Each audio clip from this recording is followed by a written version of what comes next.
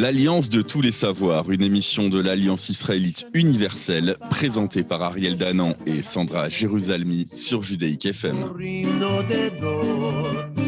Bonjour, bienvenue dans cet épisode de l'Alliance des savoirs, l'émission d'actualité de l'Alliance israélite universelle que je présente comme chaque semaine en compagnie de Sandra Jérusalemi. Bonjour Sandra. Bonjour Ariel. Alors pour cette émission et pour l'émission de la semaine prochaine, nous avons le très grand plaisir de recevoir Dvorah Serao. Bonjour Dvorah. Bonjour Ariel, bonjour Sandra.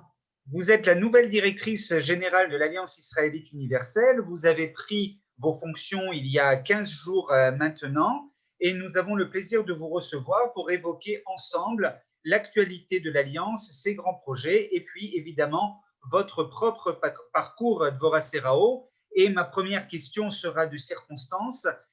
Comment c'est de rentrer dans cette nouvelle fonction en pleine crise sanitaire dans des conditions extrêmement difficiles finalement? Alors merci Ariel pour cette question qui, vous en conviendrez, ne demande pas de réponse immédiate ni toute faite. Je vais répondre à cette question en vous racontant ce que j'ai pu dire il n'y a pas plus longtemps que cette semaine, lors d'un hommage qui a été donné à Rav Sachs. Si vous regardez les dernières vidéos du rabbin Sachs, vous verrez qu'il porte toujours une cravate jaune. Et lors d'un événement au cours duquel on était partenaire avec la Morim, donc l'institution que j'ai dirigée jusqu'il y a peu, il a expliqué pourquoi il avait cette cravate jaune, parce que des enseignants lui avaient demandé comment fait-on justement en cette période de crise, d'incertitude, de maladie, de doute, comment fait-on pour rester optimiste et pour rassurer les gens dont on a la charge, qu'on soit enseignant, dirigeant, en tout cas qu'on travaille avec des gens qui ont besoin d'être rassurés. Et il a expliqué que pendant très longtemps, il mettait une cravate plutôt argentée et que depuis peu, il mettait une cravate jaune. Parce que pour lui, le jaune, c'est le positif, le charismatique et le rassurant. Et donc, en mettant cette cravate jaune, c'était une manière de dire aux gens, moi aussi j'ai peur, moi aussi je suis angoissée, mais mon rôle, c'est de vous rassurer. Donc aujourd'hui, vous voyez, je porte un t-shirt rose qui devrait normalement, a priori, vous faire un effet très rassurant. Mais ça, il faudra voir sur le long terme si cet effet rassurant a toujours la même portée. En tout cas, je pense que vraiment, quelle que soit la situation, on se doit d'être calme, on se doit de communiquer une forme de sérénité, tout en tenant compte évidemment des angoisses et des peurs des uns et des autres. Mais le rôle de responsable, de leader, c'est vraiment de pouvoir continuer à faire son travail et donner la force aux autres pour continuer à le faire, pour qu'on garde une certaine forme de ligne directrice et de santé mentale. Alors justement, pour garder cette santé mentale et pour continuer à être rassuré dans le futur, aussi tournons-nous vers le passé et on voudrait savoir quel a été votre parcours, comment vous êtes arrivé avant d'arriver en tant que directrice générale à l'Alliance israélite universelle. Merci. Alors écoutez, je suis un pur produit des écoles juives de France. J'ai grandi dans une famille où les valeurs, alors je viens d'une famille d'origine algérienne, les valeurs on va dire, de la République, de la France, on s'est senti français, on était toujours français.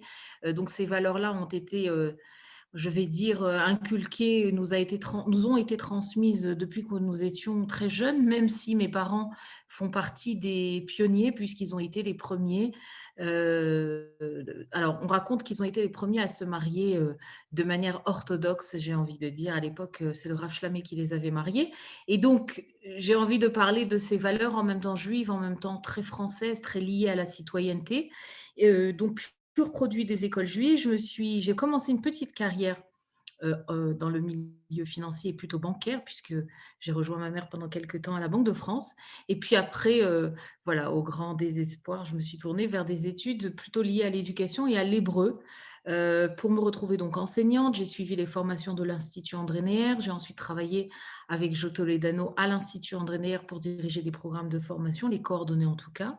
Et puis à un moment donné, j'ai décidé de m'arrêter et de vraiment approfondir mes connaissances pour devenir spécialiste dans mon domaine.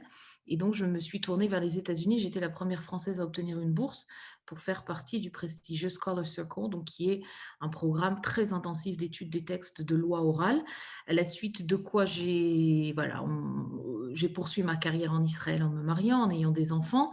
Et puis, il y a très peu, j'avais été sollicitée pour diriger l'école Tarkemoni d'Anvers, ce que j'ai fait pendant près de 8 ans.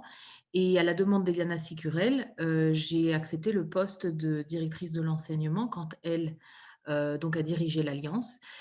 Suite à quoi, le fonds de dotation L'Amorim a été créé et j'ai été mise à disposition pour ce fonds. Donc L'Amorim, c'est un fonds de dotation qui permet aux écoles juives de réfléchir à leur vision, à leur stratégie et à leurs priorités et de renforcer la formation des enseignants et de proposer des outils de qualité pour l'enseignement juif en rapport avec la vision de chacune de ces écoles. Et donc, forte de toutes ces expériences d'enseignante, de directrice, directrice d'un fonds de dotation, j'arrive à l'Alliance, donc une maison que j'ai déjà connue et que je connais bien, puisque j'en faisais déjà partie avant de diriger la Morim, et aujourd'hui au poste de directrice de l'Alliance. Merci beaucoup de vos Rao et la semaine prochaine, ensemble, nous évoquerons vos très grands projets pour l'Alliance à court et à moyen terme. Mais tout de suite, Sandra rappelle de 2 manifestations culturelles qui se déroulent notamment pour l'une d'entre elles dès ce soir. Oui, ce soir, nous sommes ensemble pour Rosh Chodesh à 20h en ligne sur Zoom. Nous recevons les rabbins Bitya Rosengoldberg, qui est cofondatrice de Tashma, et Jonas Jacquelin, qui est rabbin de judaïsme en mouvement, avec la participation musicale de Lior Toledano, pour parler du temps dans le judaïsme. C'est à 20h sur Zoom. Et La puis, semaine prochaine, nous avons la présentation en partenariat avec le Cercle de généalogie juive du registre de Ketubot de la nation juive de Livourne, un livre qui s'intéressera notamment au judaïsme italien, mais également et surtout à la communauté juive tunisienne, puisqu'une grande partie de ces juifs étaient originaires de Livourne. Et donc, ce sera une présentation d'un très beau livre avec la participation des 4 auteurs, Alain Nedjar, Gilles Boulu, Liliane Nedjar et Raphaël Athias, en partenariat et avec la participation de Philippe Danan du Cercle de généalogie juive et de Jean-Claude Kuperminck, directeur de notre bibliothèque, de la Bibliothèque de l'Alliance, le lundi 23 novembre à 19h30.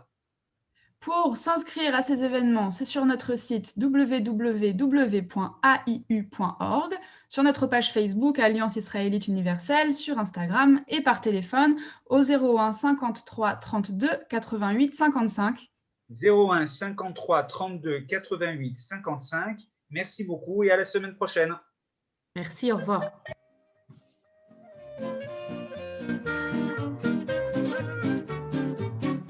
L'Alliance de tous les savoirs, une émission de l'Alliance israélite universelle, présentée par Ariel Danan et Sandra Jérusalemi sur Judaïque FM.